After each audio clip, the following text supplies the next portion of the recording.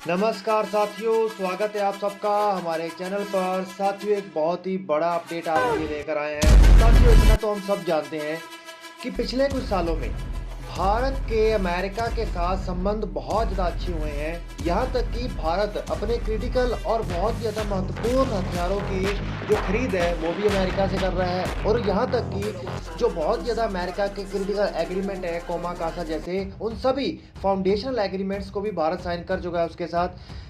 भारत और अमेरिका के रिश्ते इतने पीक पर चल रहे हैं कि जो अपने क्लोजेस्ट एलीज को वो हथियार नहीं देते, वही हथियार आज अमेरिका भारत को देने के लिए तैयार रहता है।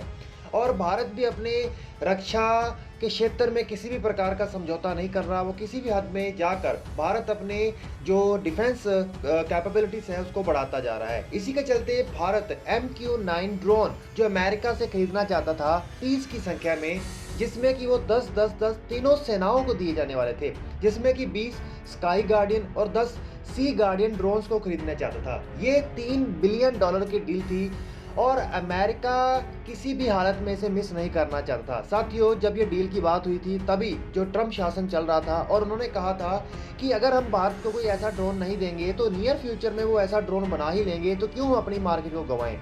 इसी के चलते जो ड्रोन वो दुनिया में किसी देश को नहीं दे रहा था, वही ड्रोन वो केवल भारत को देने के लिए तैयार हो गया।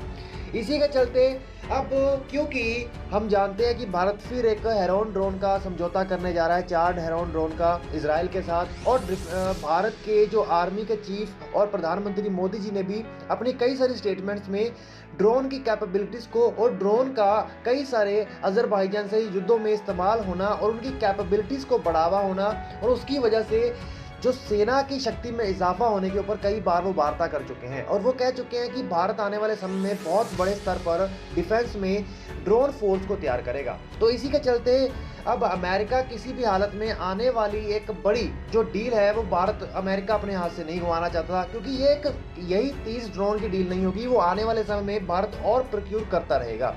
इसी के चलते अमेरिका ने भारत को किसी भी हालत में ये प्रपोज किया है कि हम आपको इसमें लेस देंगे, मतलब डिस्काउंट देंगे। अब अभी तक ये तो क्लियर नहीं हुआ है कि कितना डिस्काउंट दिया जा रहा है, लेकिन एक अच्छा खासा डिस्काउंट दिया जाएगा। अब साथियों, अगर ये डिस्काउंट 10% से 30% के बीच में भी हुआ तो तब भी एक बहुत बड़ा डिस्काउंट है। और उसी के साथ अमेरिका ने ये भी कहा है कि हम भारत के अंदर ही आपको एक मेंटेनेंस एंड रिपेयर फैसिलिटी लगा कर देंगे। वहाँ पर ना तो केवल भारत के बल्कि पूरी दुनिया के जो ड्रोन्स अमेरिका के द्वारा बेचे जाते हैं उन्हें वहीं पर मेंटेन किया जाएगा, रिपेयर किया जाएगा।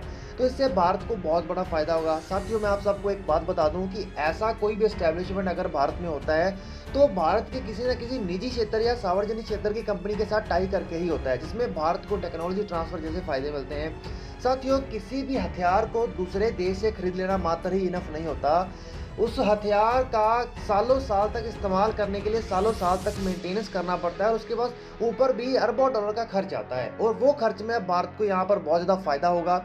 दूसरी बड़ी बात यह है कि हम सब जानते हैं कि भारत अपनी फोर्स को, एयर फोर्स को खास तौर पर तैयार करने में किसी प्रकार की कोई आनाकानी नहीं कर रहा।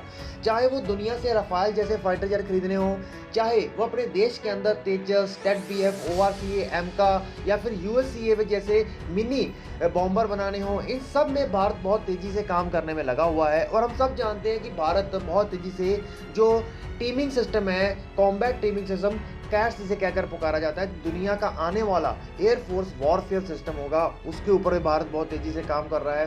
तो भारत के ऊपर वैसे भी एक सिपरी की रिपोर्ट जारी हुई है जिसने कहा है कि भारत दुनिया का तीसरा बड़ा जो ड्रोन्स के हथियार है उसको इंपोर्टर है। साथियों, मैं आपको बता दूं कि आने वाला युग ड्रोन्स का ही है और भारत वैसे भी अपने देश के अंदर ऐसे कई सारे प्रोग्राम्स के ऊपर काम कर रहा है जो कि artificial intelligence based aircraft system पर काम करेगा। और ऐसी कई सारी टेक्नोलॉजीज हमारे देश के एमका में भी होंगी और बहुत सारी ऐसी टेक्नोलॉजीज को TET-BF के अंदर भी इंटीग्रेट किया जाएगा। तो साथियों, आप लोग नीचे कमेंट करके बताइएगा कि आपको ऐसी बड़ी न्यूज़ को बारे में सुनकर कैसा लगा।